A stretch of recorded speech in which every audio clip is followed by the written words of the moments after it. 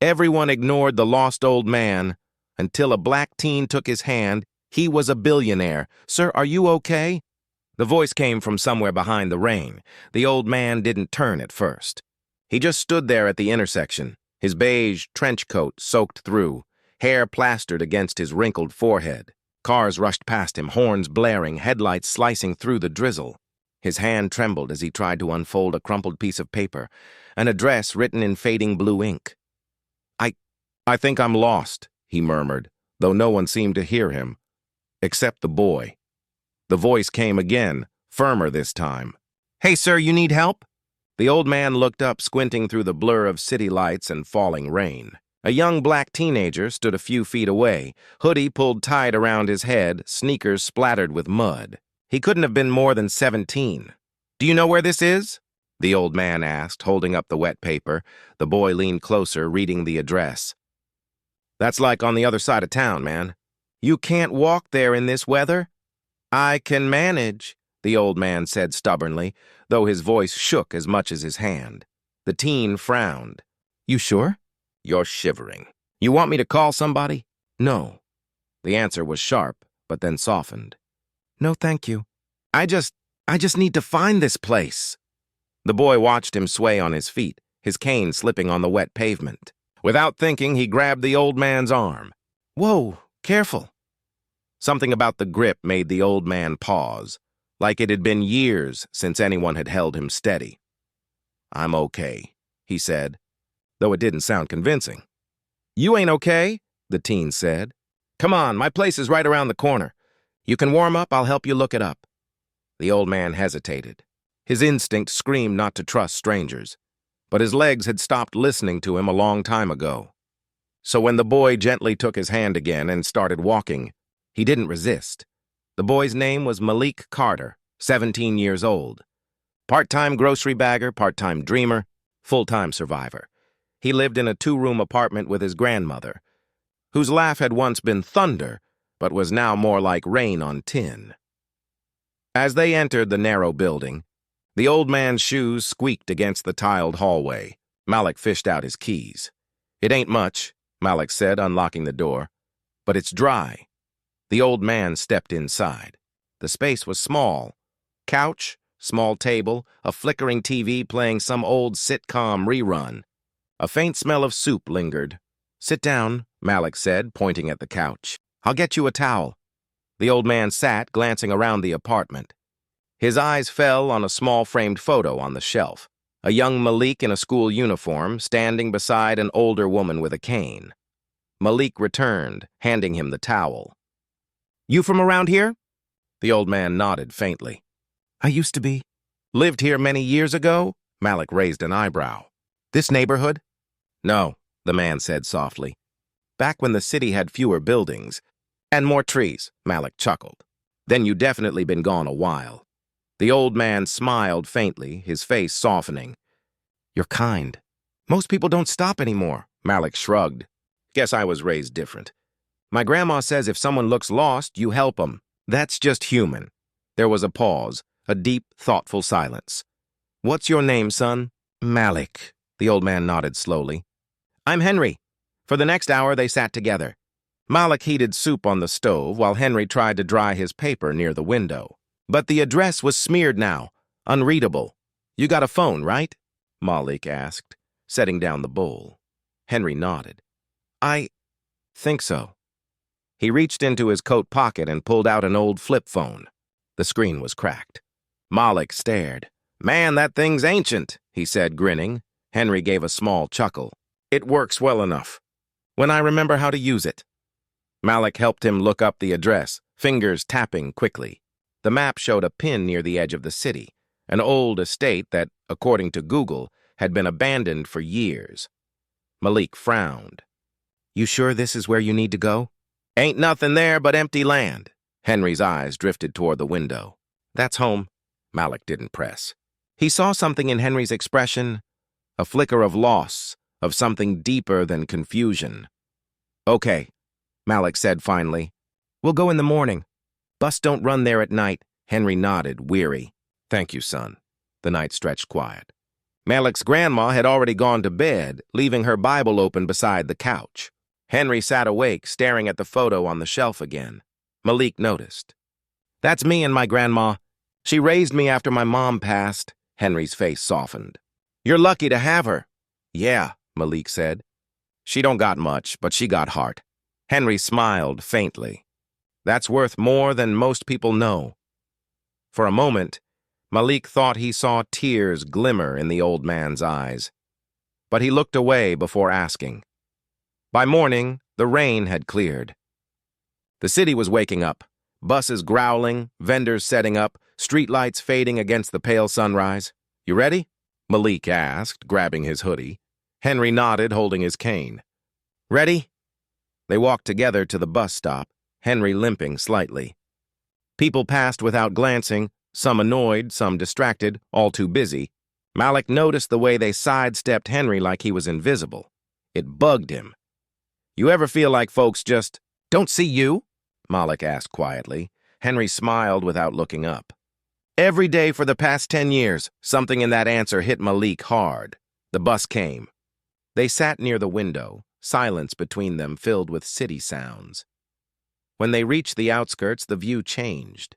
The skyline shrank, giving way to overgrown lots and cracked fences. Malik guided Henry off the bus, checking the map again.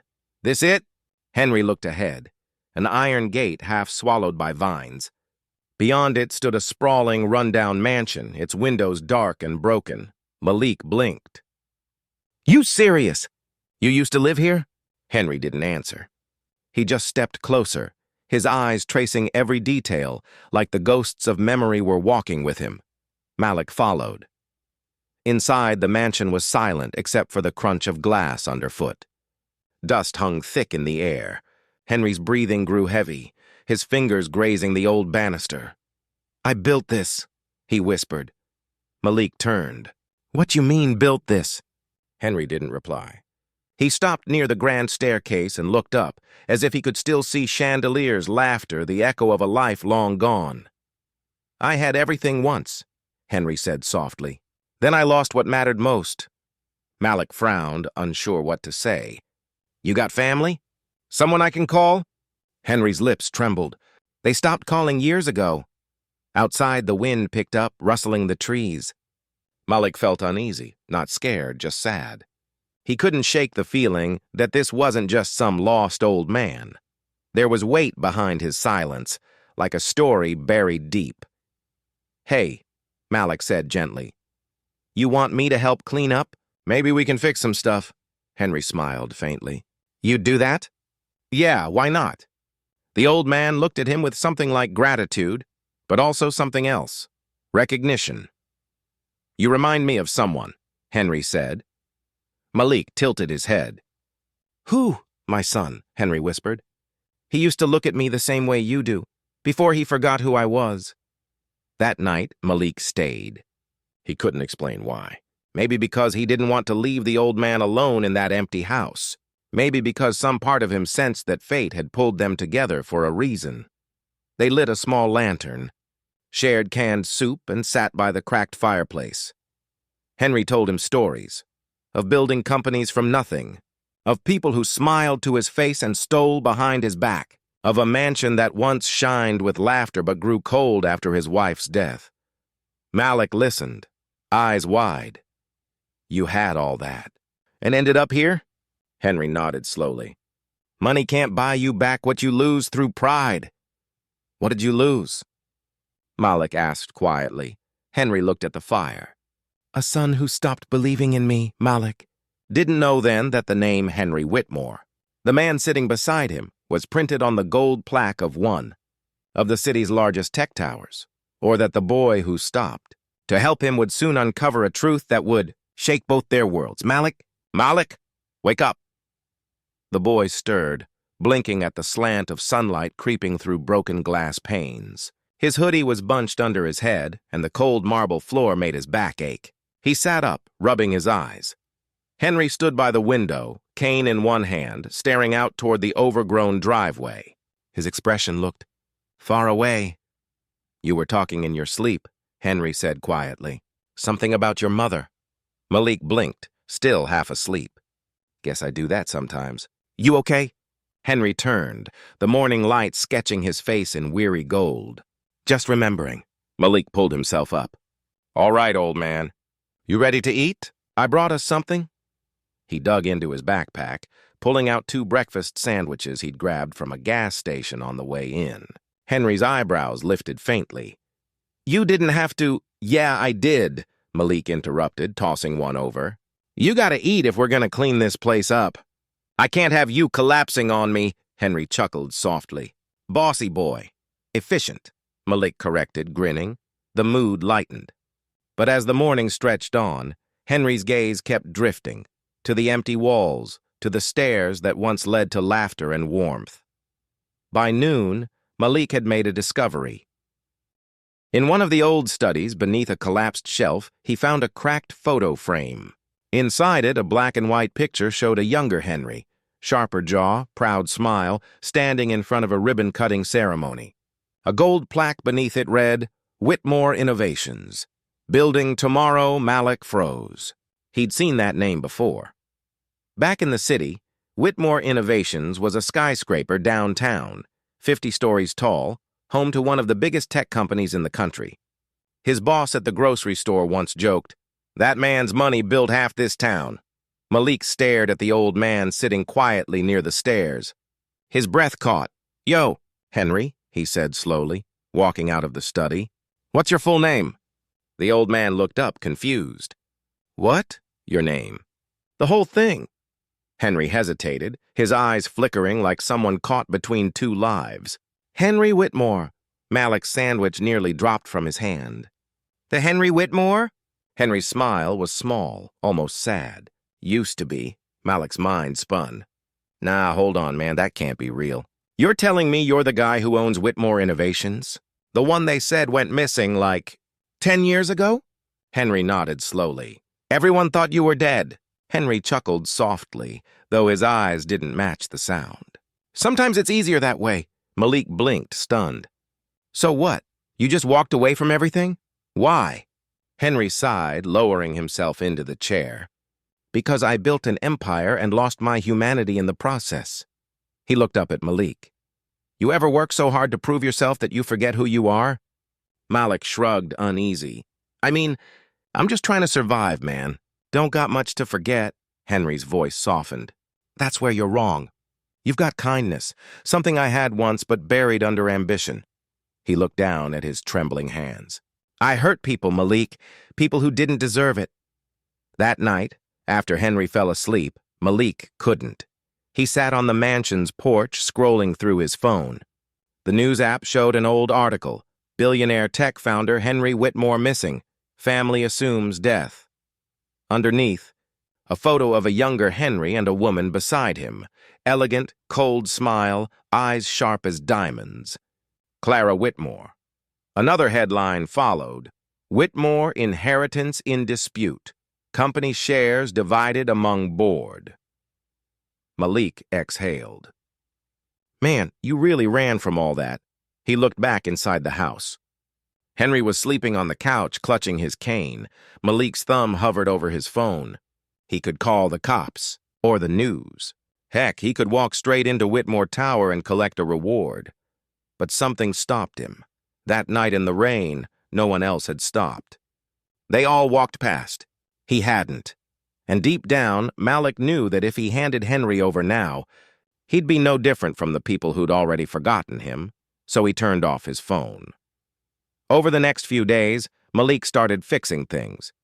He cleared out the broken furniture, taped plastic over shattered windows, even dragged an old mattress upstairs.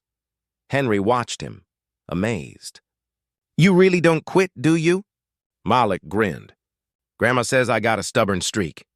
They worked side by side, the old man slowly regaining strength. And as the days passed, Henry began to talk, really talk. He spoke of his son, Daniel, who'd turned against him after their family fell apart. Of business partners who'd sold him out. Of nights staring at empty boardrooms, realizing wealth had bought him power, but not peace. Malik listened quietly. "So you just walked out one day?" Henry nodded. "Left everything. My company, my money, my name? You ever think of going back? Henry smiled faintly. I did. Once. But when you disappear long enough, people start writing your story without asking your permission. Malik looked at him thoughtfully. Maybe it's time you write it back. One morning, Henry woke up to the sound of footsteps. Malik wasn't there. He checked the hallway. Nothing. Then he saw movement outside the window, a figure walking toward the gate, phone pressed to his ear. For a second, Henry's heart froze. He's calling someone. Henry grabbed his cane and stumbled to the door. Malik! The boy turned, startled. Whoa, hey, I was just... Henry's voice cracked. You told them, didn't you? Malik frowned. What? No, man, I just went to get us food. Henry's hand trembled on the cane. The fear in his eyes wasn't of betrayal, it was of memory. They took everything before, Malik. I can't let them find me again. Malik's tone softened. Ain't nobody taking you. You safe, all right? But you gotta stop hiding from ghosts. Henry sank against the wall, exhausted. You don't understand, my family. They'll only see dollar signs. They always did. Malik crouched beside him. Then maybe you need someone who don't. Their eyes met. One weary, one young but determined. That evening, a sleek black car pulled up near the gate. A woman stepped out. Wrapped in an expensive coat, heels crunching against gravel. Her blonde hair gleamed beneath the setting sun. Her face was familiar from the old photos. Clara Whitmore. Malik saw her first. She didn't knock.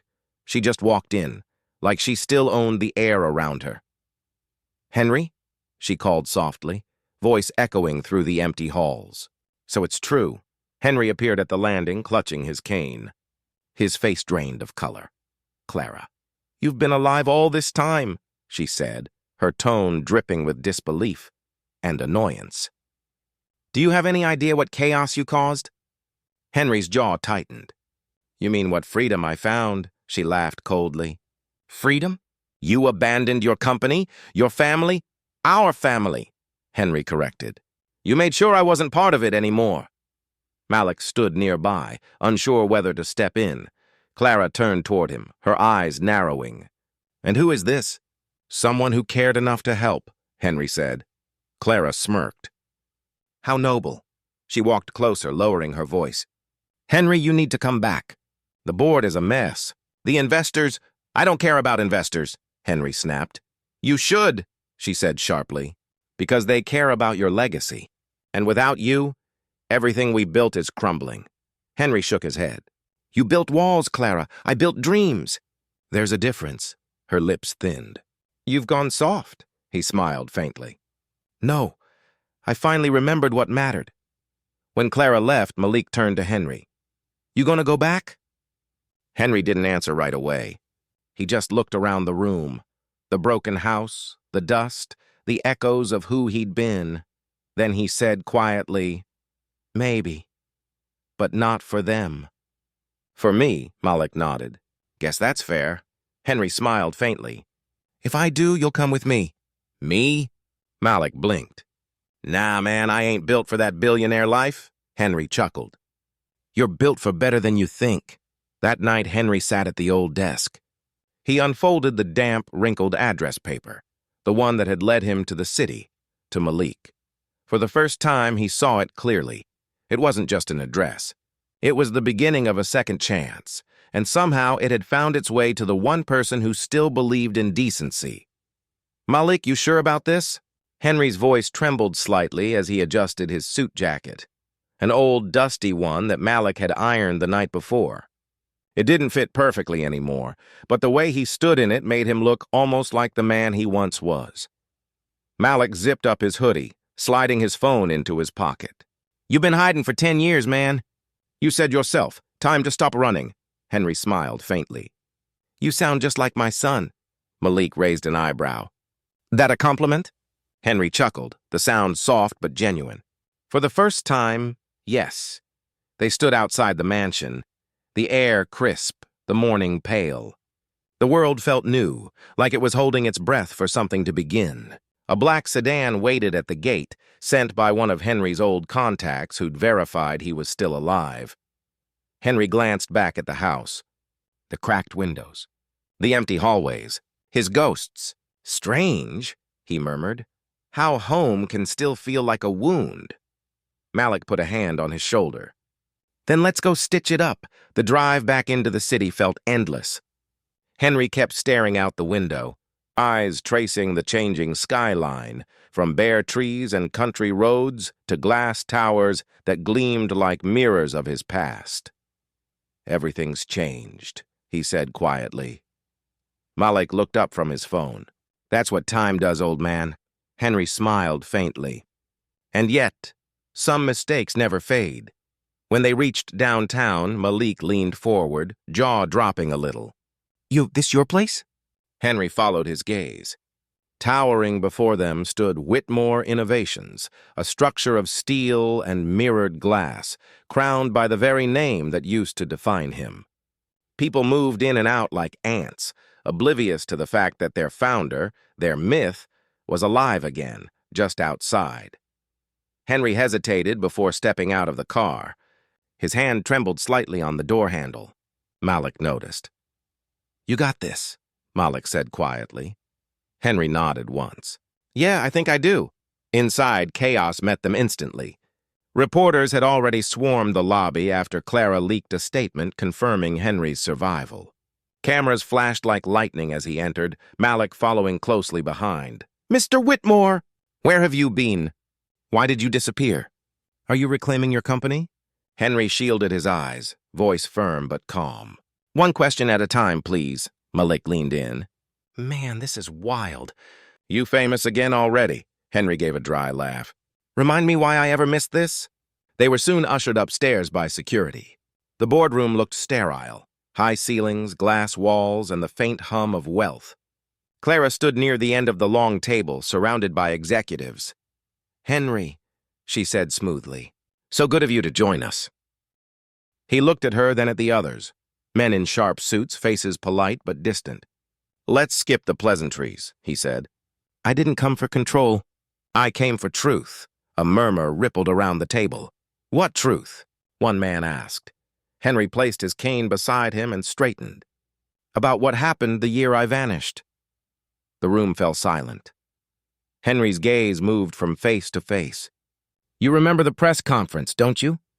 The one where I was supposed to announce our humanitarian project, affordable housing tech for underprivileged families. But the night before, someone leaked false documents. They claimed I was laundering funds. Clara's jaw tightened. You can't prove that. Henry smiled thinly. Can't I? He tapped his cane twice on the floor. Malik stepped forward, holding up a small flash drive. These, Henry continued, are records from my private archives. Letters, memos, transactions. They show exactly who rerouted the charity funds. He paused, eyes steady. It was you, Clara. The room erupted in whispers. Clara's face went pale. You're delusional, Henry's voice cut through her words. You framed me. Then convinced the board I'd lost my mind. That's why I left. Not because I was broken, but because I was betrayed. Malik set the drive on the table. It's all there. Checked it myself. An older board member leaned back, stunned. Good God! Henry's eyes softened as he looked at Malik. He found the evidence I buried years ago. The boy everyone overlooked saw what none of you did. Malik shifted uncomfortably. I just found it where you told me to look. Henry smiled. You found me first. Security escorted Clara out quietly. The board was left stunned, ashamed. Henry sat slowly, shoulders heavy but unburdened for the first time in years. You really gonna forgive her? Malik asked softly. Henry looked down. Maybe, someday, but not yet. He turned toward the window, the city gleaming below. I spent my life building things that would outlast me. But the one thing that matters, humanity, I forgot along the way. Malik frowned. You didn't forget. You just needed a reminder. Henry smiled faintly, and you were that reminder. Later that evening, they stood outside the tower. The press was still buzzing, but the crowd had thinned. Malik stuffed his hands into his pockets. So, what now? Henry looked at him with quiet pride. Now I start again, but this time I want you by my side. Malik blinked. What do you mean? I want you on my team, Henry said. You have a good heart, Malik. I could use that more than any degree. Malik hesitated. You sure? I'm just some kid from the wrong block. Henry smiled.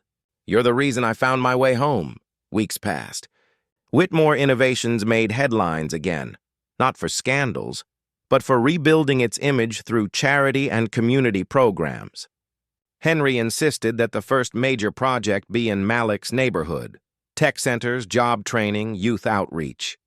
Malik stood beside him at the ribbon cutting, wearing a clean shirt and nervous smile. Cameras flashed, and Henry whispered, "You're doing fine." As applause erupted, Malik leaned close. "Guess you really did come back to life, huh?" Henry chuckled. "You helped me do it." That night, when the lights dimmed and the crowd disappeared, Malik found Henry sitting on the edge of the stage, watching the stars through the glass roof. "You ever think about that night?" Malik asked softly. Henry nodded. "Every day." The rain, the silence. And then a hand reached out. Malik smiled faintly. "Didn't think I was saving a billionaire that day." Henry's voice was warm. "You didn't. You saved a man." A long pause hung between them, comfortable, full of gratitude.